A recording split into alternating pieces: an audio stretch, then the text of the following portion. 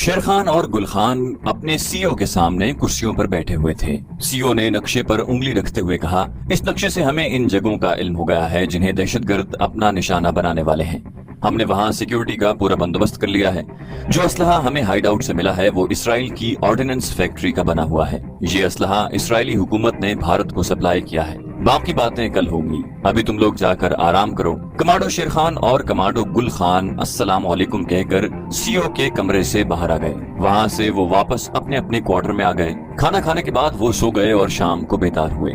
رات کے کھانے کے بعد کمانڈو گل خان، جو شیر خان کا نائب تھا، شیر خان کے کوارٹر والے کمرے میں آ گیا۔ اس نے دیکھا کہ کمرے کی بتی جل رہی تھی اور کمانڈو شیر خان چارپائی پر نیم دراز دیوار سے ٹیک لگائے ایک البم دیکھ رہا تھا۔ شیر خان البم میں لگی ہوئی ایک فوٹو دیکھنے میں اس قدر محو تھا کہ اس نے گل خان کی طرف کوئی توجہ نہ دی۔ گل خان شیر خان کا نائب بھی تھا اور اس کا دوست بھی۔ وہ خاموشی سے چارپائی کے ساتھ لگی ہوئی چھوٹی میز کے پاس آرام کرسی پر بیٹھ گیا۔ کچھ دیر کے بعد شیر خان نے نگاہیں اٹھا کر گل خان کی طرف دیکھا اور کہا، تم نے مجھ سے کئی بار سوال کیا تھا کہ میں جو ملک کی ایک مشہور فرم میں اتنے اچھے عہدے پر ملازم تھا اور ایک ماہ بعد میری ترقی بھی ہونے والی تھی، ایک دم سب کچھ چھوڑ کر ملک میں جرائم اور دہشت گردی کے خلاف جہاد کرنے والی تنظیم کے کمانڈو ٹریننگ سینٹر میں کیوں آ گیا ہوں؟ میں نے تمہیں کبھی اس سوال کا جواب نہیں دیا۔